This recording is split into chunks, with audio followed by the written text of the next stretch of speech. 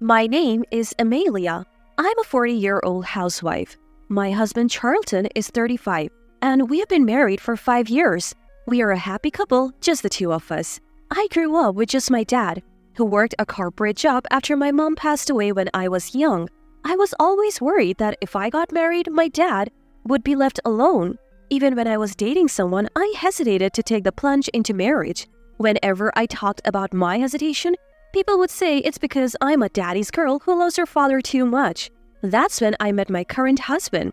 He understood how much I care for my dad and even said he would be okay with us living with him. That sealed the deal, and I decided to marry him. My dad was thrilled when I told him the news. I am so happy. Now I can face your mother in heaven. Don't worry about me, just focus on being happy with Charlton. Charlton, please, take good care of my daughter. Make her happy, especially because she has had to struggle with just one parent. My dad had never said it, but he had been worried that my being raised by a single parent might be a reason for me not getting married. He also runs a real estate agency while working his corporate job. We received a new house as a wedding gift from my dad and lived happily. Then, 2 years ago, my dad retired at 65. After retiring, he seemed to lose his energy and seemed to age rapidly. So I started calling him every day and visiting him regularly to check on him. My husband's work schedule changed, leading to more overtime, so I started visiting my dad even more. One day, I couldn't reach my dad at the usual time, so I went to check on him.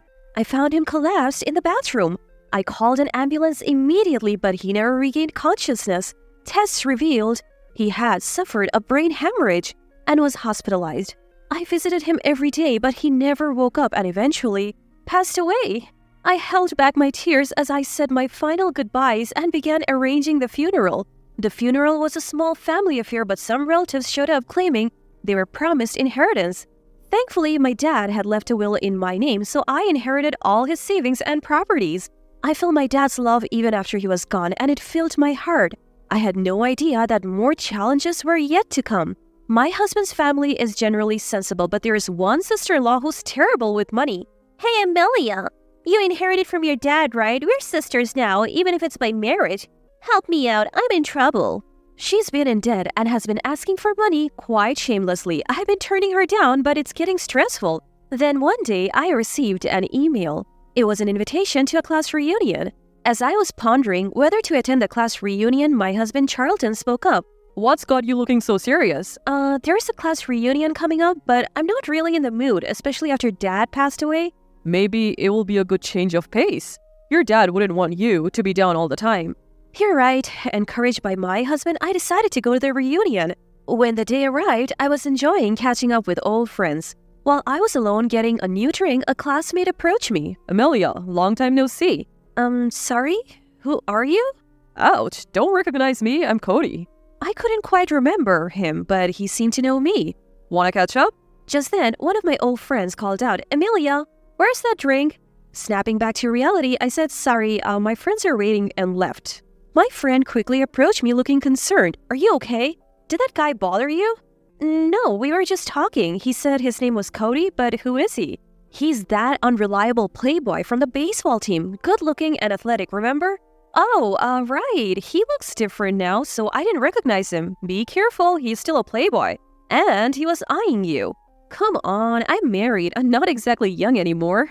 I laughed it off then, but Cody kept trying to engage me. I managed to avoid him until the end of the first part of the reunion, but then he cornered me.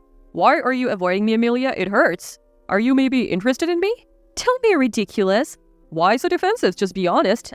I'm married, you know. So, plenty of married people still play around. Plus, I've always liked you. How about we go for drinks? No, thank you. If you want to drink, go to the after party. I managed to shake him off and caught a taxi home. I thought that would be the last of Cody, but more trouble was waiting for me. The next day, while I was working at the cafe, where I have a part-time job, a familiar man walked in. As I approached with a glass of water, I realized it was Cody.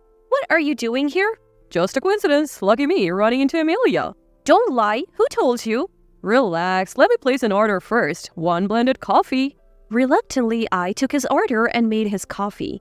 Leave after you finish this. It says all limited refills during this time. I'll take my time. After Cody took his sweet time chatting and sipping 3 cups of coffee, He finally paid his bill. Just so you know, I'll be a regular here from now on, he said, ignoring the atmosphere. I couldn't exactly kick out a customer, so I found myself serving Cody every day. I tried talking to my manager, but without any real harm done, there was nothing they could do. I wanted to consult my husband, but he was swamped with work and rarely home. Then, on a day off from my part-time job, I returned from shopping to a shocking sight. Welcome back, Amelia. You're late. Cody was at my house. How did you find out where I live? Who knows? Maybe we're just fated to be together? Stop being creepy and leave. Why not ditch your workaholic husband and be with me? I'll treat you right.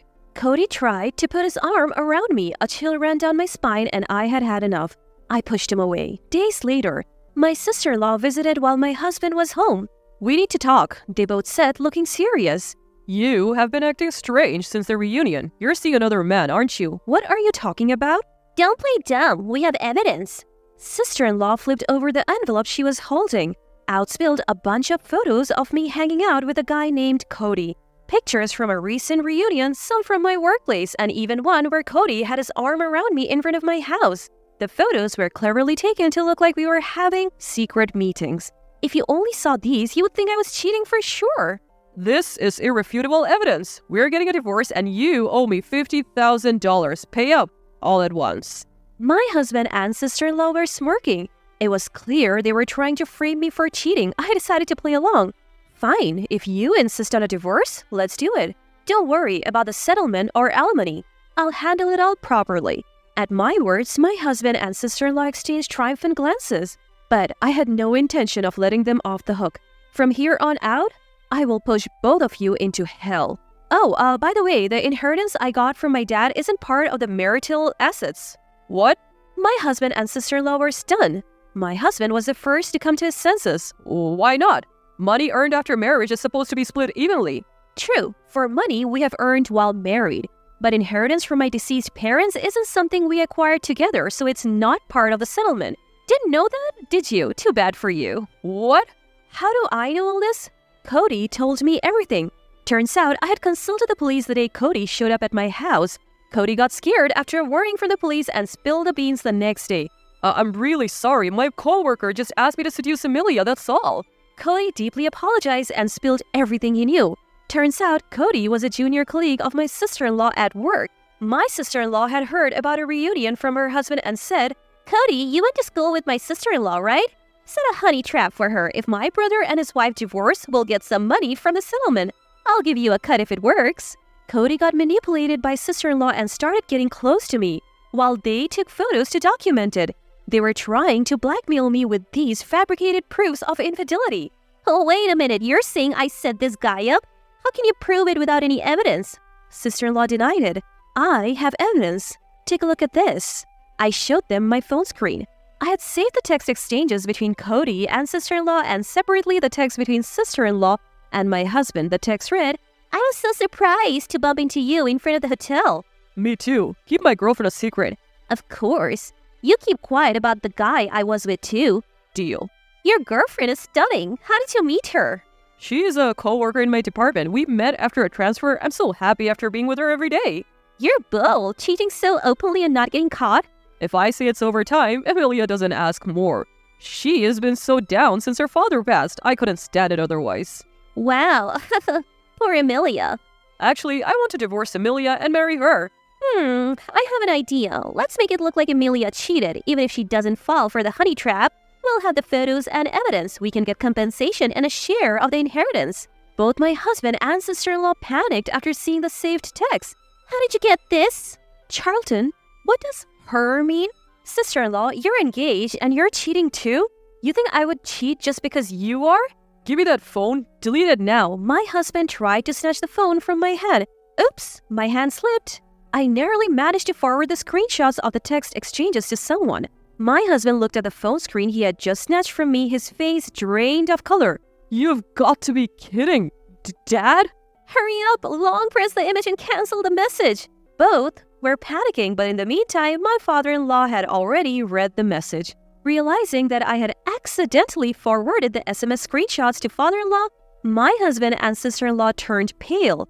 Soon after, my phone rang. It was father-in-law. Charlton, you messed up, so you answer it. No way, that was your idea, sis. You take responsibility. My husband and sister-in-law were pushing my phone back and forth. Finally, sister-in-law said, "You deal with it," and handed me back the phone. I answered and explained everything to father-in-law. That night, a family meeting was called at my in-laws' house. As expected, my husband and sister-in-law got an earful. "You both cheated and tried to frame an innocent woman? Shame on you." We owe a lot to Amelia's father. How dare you betray that trust? My usually calm mother-in-law looked disgusted and father-in-law was furious. Turns out, my dad and father-in-law had a long-standing business relationship and my dad had helped father-in-law in times of need. Father-in-law turned to me and bowed deeply. I'm so sorry for my foolish daughter and son. I don't know how to apologize. After that, I decided to seek compensation from sister-in-law, my husband, and Cody through a lawyer. Despite the pending divorce and compensation, my husband packed his bags and left, going off the grid. I had a private investigator look into it and found out he had run off to his mistress's house. I was dumbfounded. I sent documents demanding compensation for adultery to both their workplaces. As a result, my husband and his cheating partner were in a bad position within the company, and my husband was relegated to another department. This led to my husband being demoted and his mistress, who was part-time, getting fired. While investigating my husband, I also had sister-in-law's affairs looked into. Turns out, she had not one, but two lovers. I informed her fiancé and my in-laws and sent them the evidence. Naturally, sister-in-law's engagement was called off and she was also sued for compensation. Afterwards, my husband and sister-in-law turned to their parents for help, but they refused and cut ties.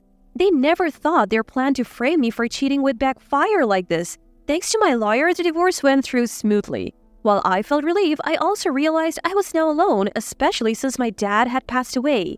I thought I'd be lonely, but thanks to my supportive friends and my former in-laws, who had been incredibly kind, I'm doing surprisingly well. Every now and then, my ex-husband reaches out. His messages are either about wanting to get back together, saying things like, "You're the only one for me," or asking for loans. I ignore them and send screenshots to father-in-law each time. My ex gets scolded by father-in-law again. Does he not have a learning function in his brain? Maybe he doesn't have a brain at all. Since then, Cody has stopped showing up at the cafe where I work. Now that I'm divorced and don't have to worry about anything, I have decided to work there as a full-time employee. Moving forward, I plan to manage the inheritance my dad left me while working harder than ever.